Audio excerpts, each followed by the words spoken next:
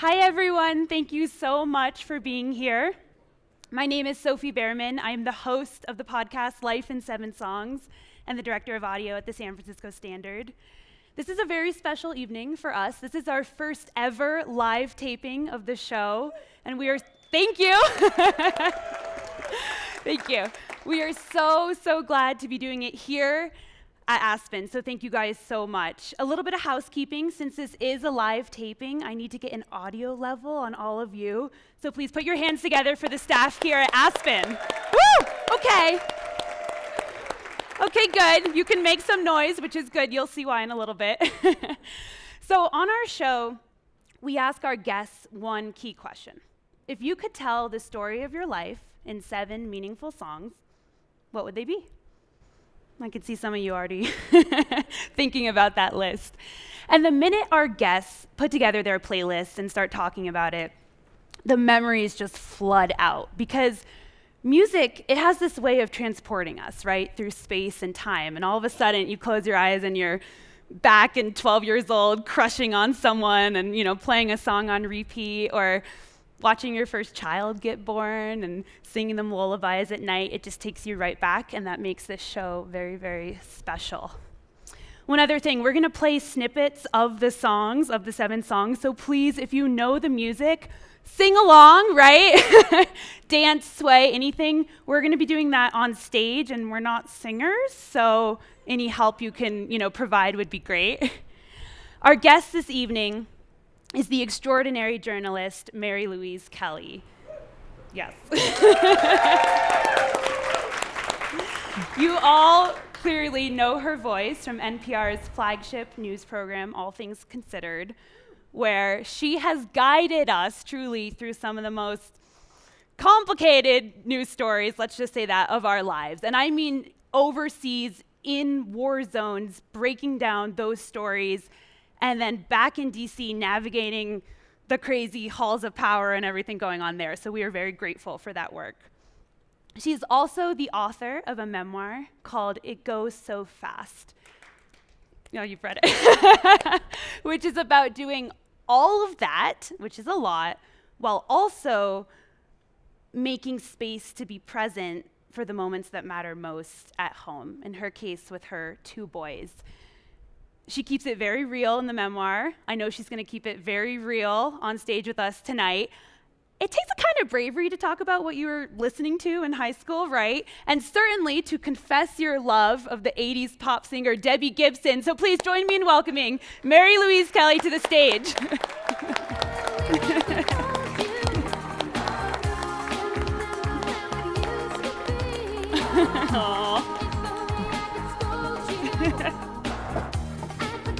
Oh my God. Thank you. Okay.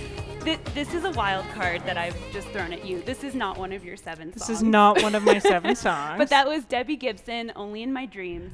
And you write about this song in your memoir. So I thought, let's just start with Debbie Gibson. Because why not? Right. Because here we are. First of all, thank you so much for having. Thank you all. I was just saying the counter programming Friday night at 6:30 is immense. So thank you. I will also say, if you had told me that all of my life had been pointing me toward a moment when I would bop up onto a stage in the summer of 2025 to a Debbie Gibson song, I would have wondered what major plot twist in that life I had missed, but here we are. The story behind the Debbie Gibson song is the following, that I am deaf, or very close to it. I have severe to profound hearing loss in both ears.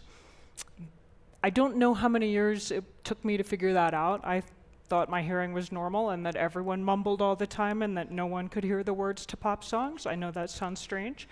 But when I was diagnosed, finally, about a dozen years ago, I had just turned 40.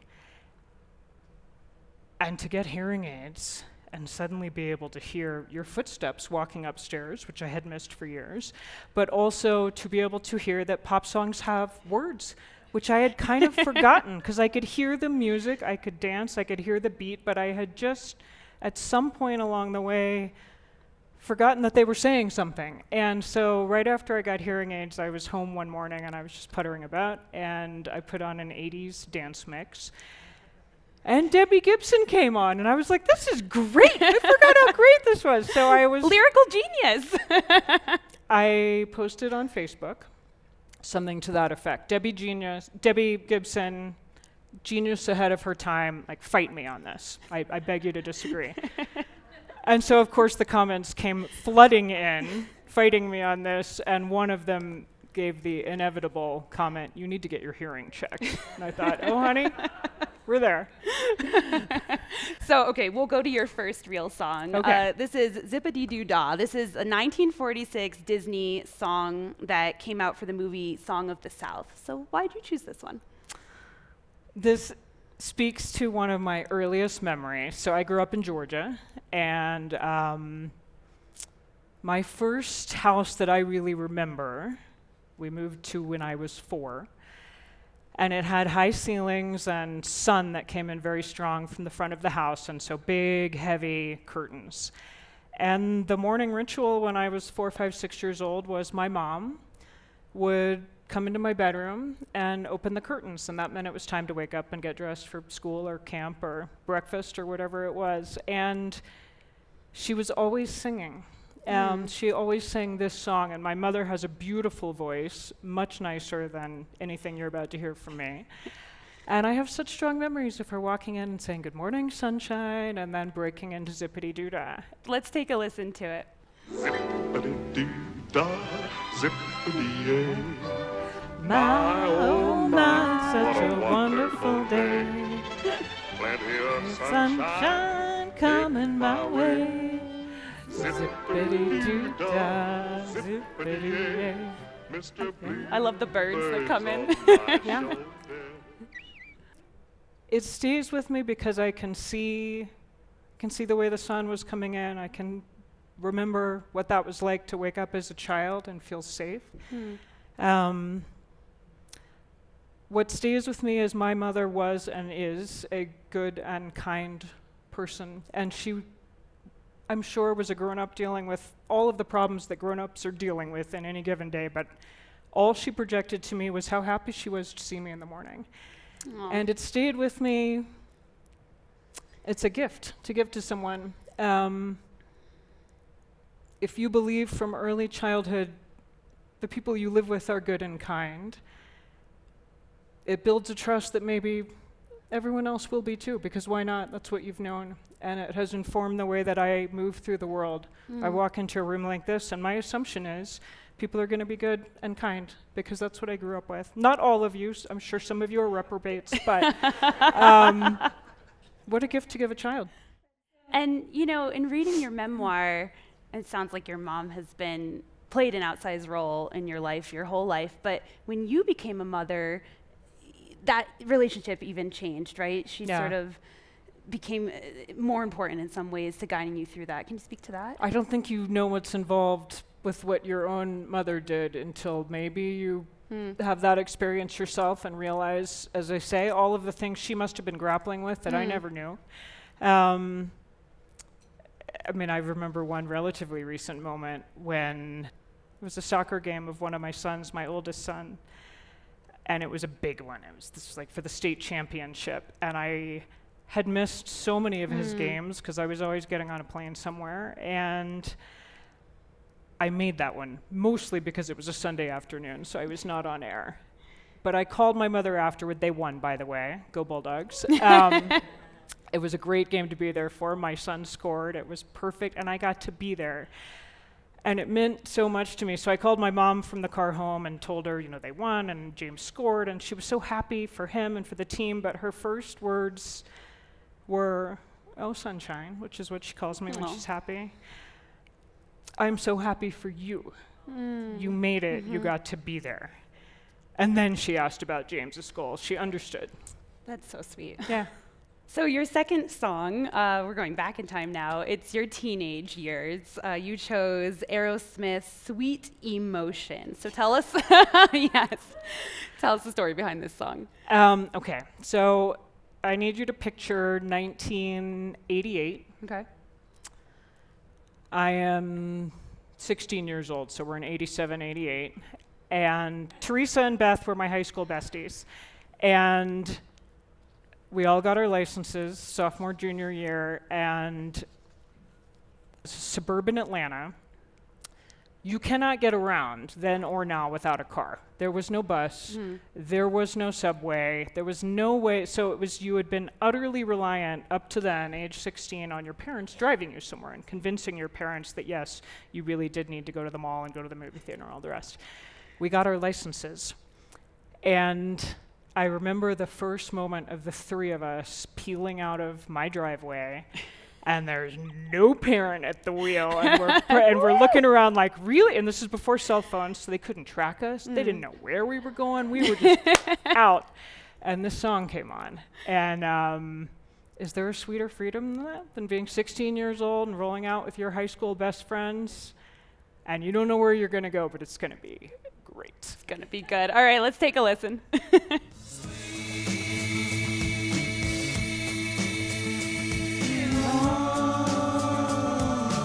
Oh, y'all know this. Come on. Come on.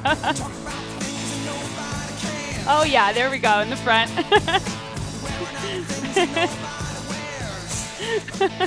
It holds up. It does. It's Although, pretty good. when I listen to this, I really think about rebellion, right? Like, what kind of trouble were you getting up to? I mean, I was grounded quite a few times. I was a good, sweet girl. But there just was, like, you could only see so many movies at the mall before it was time to branch out and have a little bit of trouble. So we cruised. The other element that you have to have in your mind, Teresa's car, this is the car that we were bopping to Aerosmith in, was a Volkswagen Beetle convertible, and it was ancient by the late 80s. This was one of the original ones. It was bright yellow. It was as cool as that sounds, except it did not work, including the ignition, which you could only turn the car on if the car was already in motion, i.e. rolling down a hill, which presented its challenges. So my specific memory of this song is my sweet father pushing the bumper behind this car, and Teresa was good at, she would time it and hit the ignition, and we were off. Okay, so that's like the first taste of freedom, and then you have more freedom. You go to college, you go to Harvard, you write for the student paper there, and afterwards you do more journalism. You land your first big gig, I should say, at the BBC. My first gig was for my hometown paper. I started in print and worked at the Atlanta Journal-Constitution, and then I went to grad school because I wanted to be a foreign correspondent. Okay. I wanted to see the world, and the BBC, what better place amazing. to do it. Yeah. And that brought you to London. And you chose a song for this too, Oasis's Champagne Supernova, which I love. Yeah. Yeah. Yeah. So where was this playing on that whole trip there? So I moved to London in the late 90s, and I was in my 20s. I did have the first real job that felt like this isn't a stepping stone for now. This is exactly where I want to be. And late 90s, cast your mind back, Tony Blair had just been elected. John Major was out of office. The Tories were out of office for the first time in forever. David Beckham was everywhere. The England team was great. He started dating Posh Spice, so it was the music scene was huge. It was the Spice Girls, it was Blur, it was Oasis. That was the soundtrack for me to those years. Let's listen to Champagne Supernova. Slowly walking down the hall. You guys know this one. Where were you when we were getting high? Someday you will find me up beneath the landslide. That feeling of being overseas in a job that I was so excited to do, so young. I was excited about everything that being a grown-up meant. I had 8 matching dinner plates and forks and wine glasses. I could throw a dinner party and you could all come, and I had plates. That felt so grown-up and exciting. I remember registering for the National Health Service and to pay taxes, and that felt fun because you have to have an income, which means you have to have a job to pay taxes. So how fun is that? It was great. That wore off pretty quickly. But it was the feeling, again, of still just everything was out there and everything felt like it could all happen. Everything was still to Possibility. come. I was young, I was invincible, and this song speaks to that. We all felt that. I think the whole country in that moment, the Cool Britannia moment, was real. When you were a kid, did you think you'd become a journalist? Did that seem like a possibility? Oh, yeah. I started a newspaper on the cul-de-sac with the hill down to the main road that was called Lemon's Ridge, was because the farmer who'd lived there before was Farmer Lemon. And I founded the Lemon's Ridge Bugle in about 4th or 5th grade. Wow. And we profiled neighbors moving in and neighbors moving out, and had a Yard of the Month competition where if you won, you got a flamingo about that color planted in your front yard, which you were absolutely not allowed to move for the full duration of your month-long glory, whether it was blocking your prized azalea or not. So yeah, I think I knew I wanted to do that, and then I edited my high school paper, and I remember a moment. I went to a school that had uniforms. They were not negotiable. They were pretty strict. And this was the late 80s, so we're all wearing, you know, Madonna and Cyndi Lauper bangles and earrings that came to our waists. And they changed the dress code and said your earring could not hang longer than if you pulled it up, it couldn't come past the top of your ear. Like, how cruel and arbitrary is that? It was such an injustice, and I felt it because I had all these rubber hoops that I wanted to wear. So anyway, I decided to do a story about it, and I had to go interview our assistant principal, who was also the guy you got sent to if you got detention, and I was terrified of him. And as I say, was a good girl and had never had to go see him before. But I went, and I asked him all these questions. And we ran a story about it, and then people wrote a lot of letters to the editor in support for the next edition, and they changed the policy. Okay. That. And thank you. It was the first moment where I was shy and kind of scared, and I was scared to ask him questions, and I realized he's not taking my questions. Like, he doesn't care that Mary Louise doesn't like the earring policy, but he will take questions from the Levitt Linotype. And it was the first feeling of, I can ask questions on behalf of someone else. I can correct a travesty of justice in this school. Like, we can do this. And the newspaper gave me an outlet to do something I would never have been able to do. And I felt that deeply. And I mean, I'm laughing, it's funny, but I feel that still when I'm doing hard interviews today about hard things. You know, there is no head of state or cabinet secretary who has to take my questions, Mary Louise Kelly, but they'll take them because of the millions of people who will hear the answers on NPR. It gives us a platform to ask questions that I would never otherwise be able to ask, and that has stuck with me and still feels really powerful today. So from the BBC, you moved to NPR, and a couple years after that, you become a parent. To this day, your website introduces you as, and I'm reading here because this order matters, a mother, a daughter, a journalist, and a novelist. Again, mother, daughter, journalist, novelist, in that order. So because it lists that, and because your memoir is about that tension between work and being a parent, is there a moment early on where you really felt those two worlds were at war? When I was first pregnant, you're reminding me of, like, even before I became a mom, this was becoming challenging to do my work and be pregnant. I remember showing up at the White House for an interview with Condoleezza Rice when she was National Security Advisor. And I was so pregnant at that point that I couldn't wear shoes. Oh, no. Like, not just my shoes, but any shoes. Like size 11 men's flip-flops would not go onto my feet. I was literally hobbling into the White House, and she was so nice. And I put my feet up, and we did the interview, and it was just like, okay, like, you make it work. Anyway, was there a moment when it came to conflict? I mean, so many times. But I will tell you one of the more dramatic ones, which is when I had graduated from editing All Things Considered, which is a great job, by the way. You don't graduate from it. It's like a job you would kill for. It's just not what I wanted to do. I wanted to be out in the world reporting. I had weaseled my way into being Pentagon correspondent, and part of that job was covering the Pentagon in Washington, and part of it was traveling with the chairman of the Joint Chiefs or the Secretary of Defense when they traveled. And on one particular trip, because the SecDef had gone to Baghdad, I was part of the press corps on the plane covering where he went and what arms deals were being discussed and what was being promised to American allies and adversaries. And we flew into Baghdad, and this is like the war was in full gear.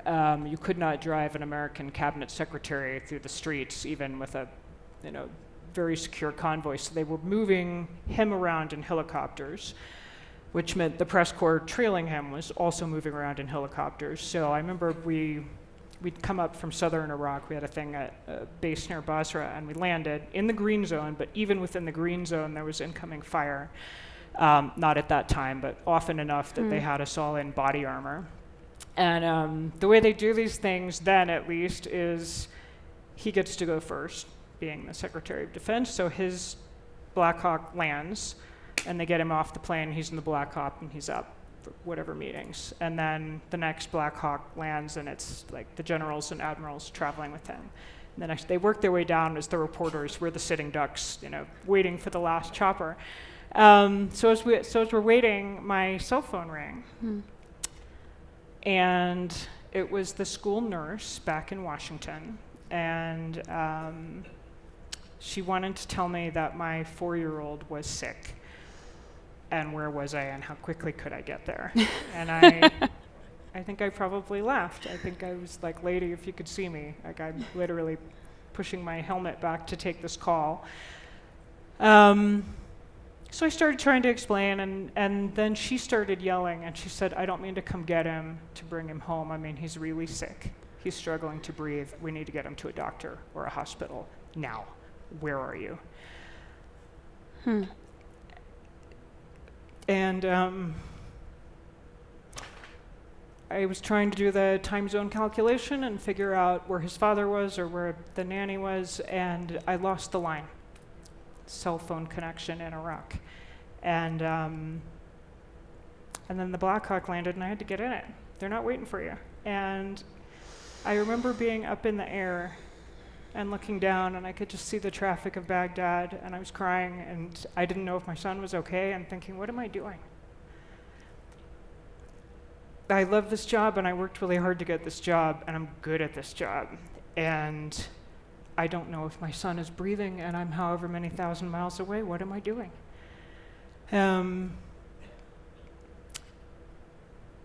My son is fine. He's now 19. His father was there and got him to the doctor, and all was well. But it took about 4 hours for me to get a cell phone connection back and find that out. And I remember that night lying in a triple bunk bed in a trailer behind one of Saddam Hussein's abandoned palaces, as one does, and lying there and thinking, I think it might be time for career plan B. This is not working. And I stepped away for a few years. Wow. Well, that is a good transition to your next song. It's that heady moment in your life. You're still at NPR. You're covering these wars, and like you said, you're considering, like, do I need a break? And you said in an email to me that Unwritten came on the radio, and it helped you make that decision. Yeah. So tell us that story. Well, because as you're probably gathering, I love being a journalist, and I really didn't want to step away. And I also, you have a moment like that one in Baghdad, and it clarifies there are some bright lines in life. And I just thought, at this particular moment, somebody else could travel with the defense secretary. Somebody else could get on that plane, but nobody else can be a mom to this boy. My son was 4 at the time. And so I was thinking more and more about it, and the idea of, I'd covered the CIA for years before the Pentagon and was still doing a lot of intelligence work, and I had so many stories that would make their way into my reporter's notebook, but never onto air in a 4-minute deadline piece. And I thought, I wonder if I could do something with that. Like, could I write a spy novel?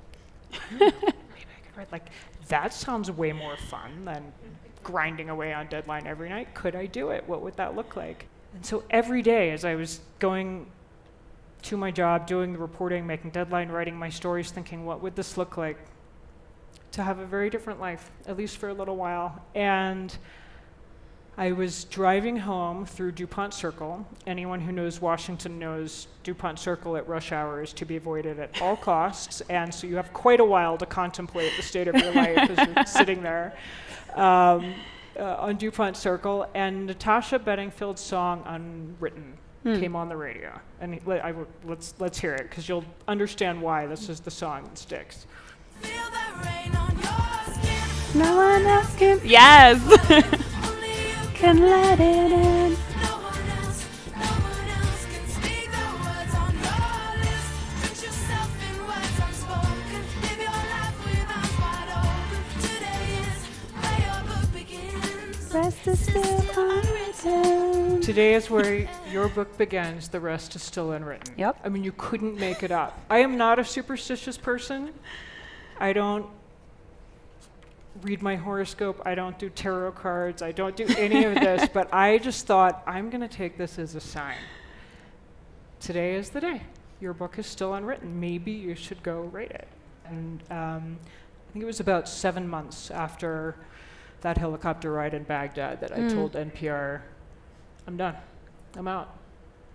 There are a lot of cool things about you, but I don't want to gloss over the fact that you write spy fiction. Like, that is very cool. What are these books? So that first book was a spy thriller called Anonymous Sources. I took to heart that you should write what you know. And so the protagonist is a reporter who is out there trying to break stories in Washington. Where on earth did I get that idea? I named her Alexandra James. My sons are Alexander and James. Alexander's the one I got a phone call about in Iraq. I like the names, obviously. It's what I name my children, but I also wanted to have in my head, this is why you're doing it. Like when you don't feel like sitting down and writing the chapter, this is why you're doing it. Show up for Alexander James. Did. And then it's, my instincts are a reporter. So I wanted to figure out, I had this whole nuclear terrorism plot unfolding. So I did a lot of reporting, and I really cared about getting the details right. I wanted it to be a fun read, but I wanted it to ring true. And I had some of my old sources at the CIA read it, and they would make little cuts, including people who had never taken my call, or if they did, they'd been like, no comment. I'm like, I asked you what's for lunch. No comment. Can neither confirm nor deny. Click. They would call back, if it's, I need your help making this fictional scene realistic, they were happy to talk. And a couple of them, once they saw I got those details right in the book, when I returned to covering the intelligence beat, years later, took my call. They came around. There you go. Tip for all journalists. Yeah. Write a couple spy novels. Keep working your sources. It may take a decade, but it will pay off. So you chose another song from this time when you were away from journalism, and this takes us to 2013. So you're writing spy fiction. You're living in Italy. Where in Italy? Florence. Oh, amazing. So you're living in Florence with your husband and boys, and the next song that comes out literally takes over YouTube. I'm not kidding. This song has over 1 billion views on YouTube. And I really hope no one knows the words to this. I certainly do not. I actually didn't know this song, and I'm really upset that I do now. You didn't recognize it when you heard it? And it's perpetually stuck in my head. So it's called What Does the Fox Say? Okay. By Elvis. And it's just really catchy. You will hear in the sense that once you hear it, it will not leave your head. Sorry. Yeah, that's what I was hoping for, but it's okay. So why did you choose this? Why did I choose this? So we're in the chapter of my life where I've stepped away from NPR. I'm on deadline with my second book. So I had a publisher, I had an actual deadline from Simon & Schuster. I actually had to write something. I was working, but it didn't matter where I was. And the boys were young enough that we kind of thought, well, maybe we should have an adventure. And so we pulled them out of school and put them in international school. It was every bit as phenomenal as it sounds to pack up your life and move to Italy. It was wonderful. So I want to say with gratitude how wonderful it was, and it was also utterly exhausting and overwhelming. I did not speak Italian. I spoke French, which is more useful than not, but not really helpful when you're in a country where people speak Italian. I also was, I think, fairly far along in losing my hearing, and I didn't know it. So I was like, I know I need to work on my Italian, but this is ridiculous. I can't communicate with anyone. And if any of you have had the experience of living in a foreign country, it's wonderful. You're learning everything. It's an adventure that maybe you chose, and yet the most minute things, you don't know how to do them. You're reduced to being a child. Like, I couldn't figure out. I remember the day it nearly ended me, Sophie. I needed coffee, and we were out of coffee filters. And I couldn't figure out how the hell you buy a coffee filter in Italy. You could see all the coffee. It was on the shelf. There's no coffee filter. I finally learned, should you ever find yourselves in Italy in need of a coffee filter, they sell them at the tobacco store. That's also where you buy bus tickets. That was another whole day's odyssey to figure that out. Also, I think Italians aren't using Mr. Coffee and coffee filters. They're making nice espresso. That was another thing that was lost on me. But I say all that by way of saying that was a whole day of my life, Sophie. Just like driving around crying and needing the coffee filters. Every day was magical and wonderful in its way, but I would come back and you still had to cook dinner for, at the time, 2nd and 4th grade boys who would come in ravenous from soccer practice, and I would be so just overwhelmed. And they would come in and put this song on. And I would soon be laughing so hard that I'd forgotten the coffee filters and everything else. Well, let's hear it, and then I will. What does the fox say? Cow goes moo, and frog goes crow, and the elephant goes toot. Ducks say quack, and fish go blub, and the seal goes ow, ow, ow. But there's one sound that no one knows. What does the fox say?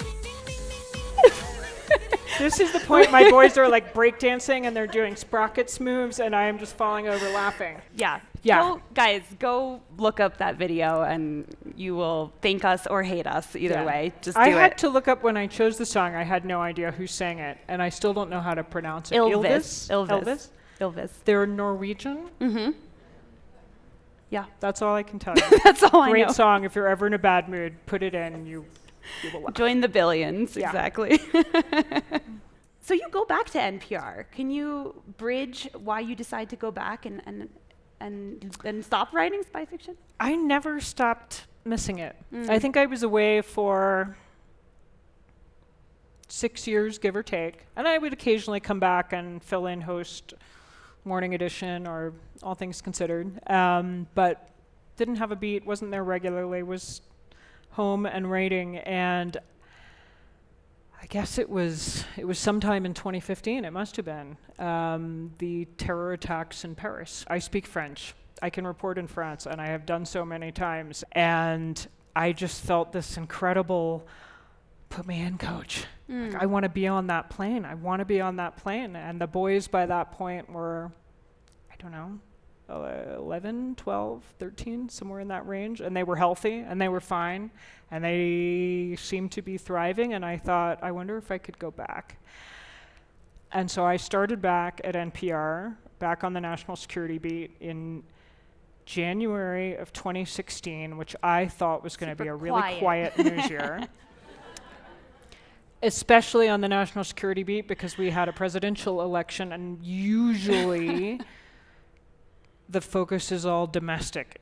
And it's the economy, stupid, and everybody's focused on the New Hampshire primary. Like, I thought that's where the focus would be, and I would be able to just ease back into this. And then the Russia story broke, and there's never been a quiet news cycle since Donald Trump came down that golden escalator, and here we are. It was not an easy transition back in. But you did it, and you're happy you did. I did it. I thought it was going to be fine. I remember, if anybody's ever taken a spell off work and then gone back, you get everything ready.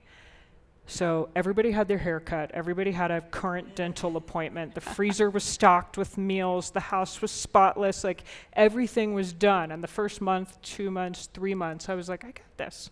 can totally work a demanding beat and hold it all together.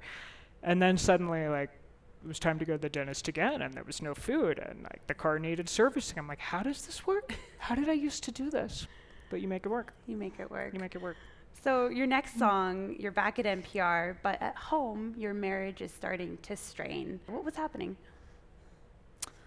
I will just say that after many long and happy years, we decided it was time to move to a new chapter, and that my ex has moved to a new chapter, and I wish him much joy. And he was and remains in my life, and a friend and a wonderful father to my kids. But it was definitely a new chapter in figuring out, okay, life's about to pivot. Well, and this has a happy ending because the song that you chose has to do with meeting someone new who is here in the audience. Sorry to point you out, but this is Let Your Love Flow by the Bellamy Brothers. So there must be a story here between you two. There is. I met the man who I'm going to spend the rest of my life with when I was 52. And I would like to say it's every bit as wonderful to meet someone and fall in love at 52. I think in your introduction you said something about remembering when you're 12 and you're crushing on someone, and we all remember that. It's just as great when you're 52. Aww. Who knew? Like, you get a flutter when they walk in the room. Aw. So he's here tonight, and he changed his flight so he could be here tonight, and just landed from Denver moments ago. I will also say that if you have lived a rich, full, big life, that you don't make it to your 50s without some scar tissue. And in my case, I think I was probably scared about the risk of opening my heart again. I didn't need any more heartbreak in my life. And there were moments where I thought maybe I should just go join a convent. That might be the best decision for all parties. So we were working our way through that, and he came to pick me up one night in his car, and we were driving, and we were having a date, which is wonderful. And he put his hand on my knee, and we're just driving. And the Bellamy Brothers came on. Let Your Love Flow. Let that feeling grab you deep inside and send you reeling where your love can hide, and then go stealing through the moonlit nights with your lover. Just let your Love flow like a mountain stream, and let your love flow. That song came on. Thank you, Yacht Rock, satellite Sirius station, which is what you listen to when you go on a date in the 50s. And it just suddenly felt easy. I felt lightness, and I hadn't felt that for a long time. And I mean that in the simplest, happiest way. I just felt lightness and thought, I wonder if it can actually just be easy.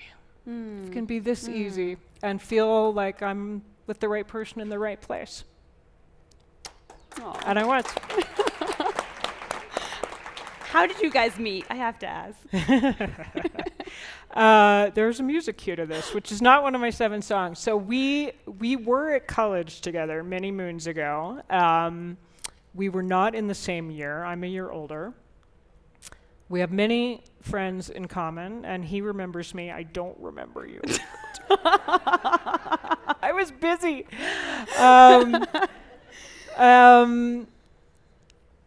Fast forward 30 years, and we have both lived big lives in different cities and done what we came to do with work. And I was not looking to meet someone, nor was he.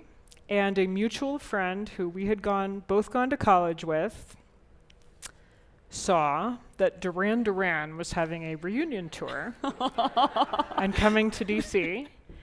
And she thought, this is fun. Like, I'm going to get a bunch of friends together. We're going to make a night. And so she booked a suite at the Capital One Arena for Duran Duran.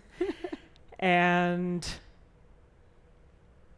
I was wearing, I hadn't thought this all comes full circle. We were supposed to be dressed like for a Duran Duran concert in the 80s, so I'm wearing giant neon lightning bolts that would have been Amazing. totally outlawed by my high school principal, and I would have Bigger needed than to your ears. revolt.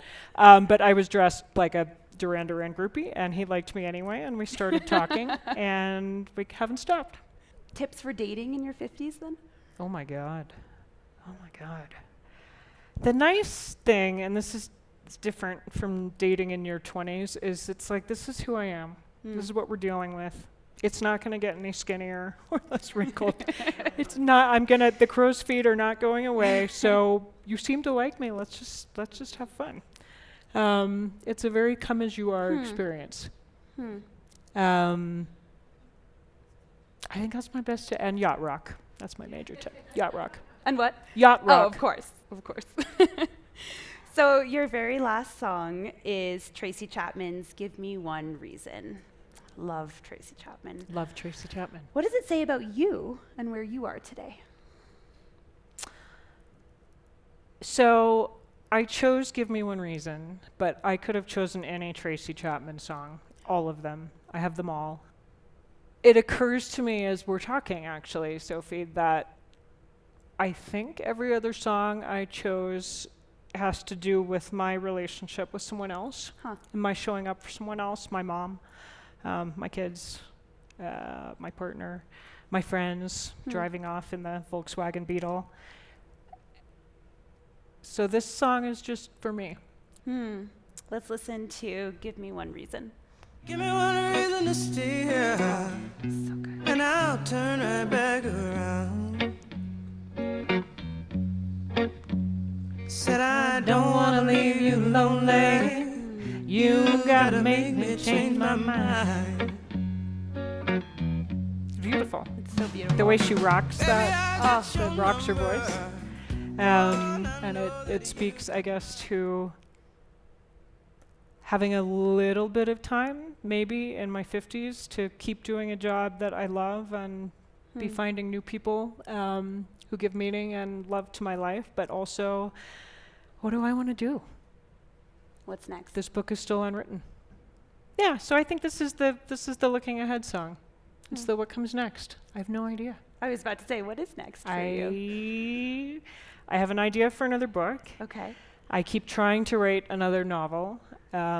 It keeps feeling very beside the point with everything going on in the world and in our country and in my day job. I was trying to write some this past weekend and then got a call late on Saturday night. Can you do live breaking news coverage? The U.S. has just bombed Iran. And you're like, yes. Why am I writing? Why am I making things up when we have more than enough that we can grapple with in real life? So I keep setting it aside and keep trying. I would like to write. I think the next book will come. And then I don't know.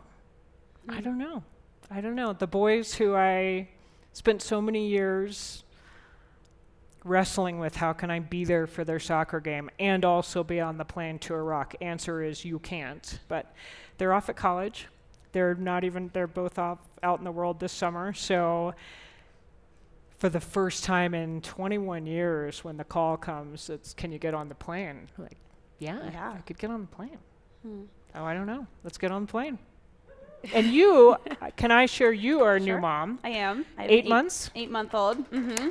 Thank you. And this is your first work trip away It from is. her? It is. How's it going? It's great. You know, you write in your memoir, did I want to go? I'm paraphrasing, yes. Did I want to leave? No. Right? That's exactly how I feel. Did I shed some tears? Yes. But is it really special to be here? Yeah. It is hard. And actually, I wanted to ask you, what advice do you have? I wrestle with it every single time.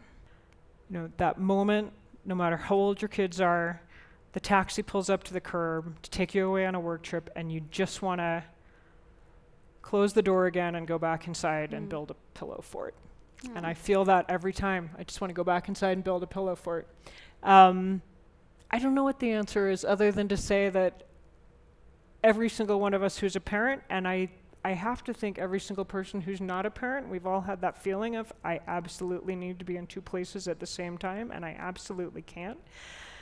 It's the solidarity of knowing none of us figured it out. We are all hanging on by our toenails. Not all of us are getting on a plane to North Korea, but if you're not there, you're not there. And that can feel, as you just put it,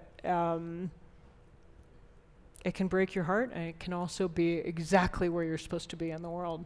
And I think you're where you're supposed to be. Thank you. Mary Louise Kelly, thank you so much for sharing your Thank 7 you. songs. Thank you. This was Thank you. amazing. It was fun. Thank you so much. That was beautiful.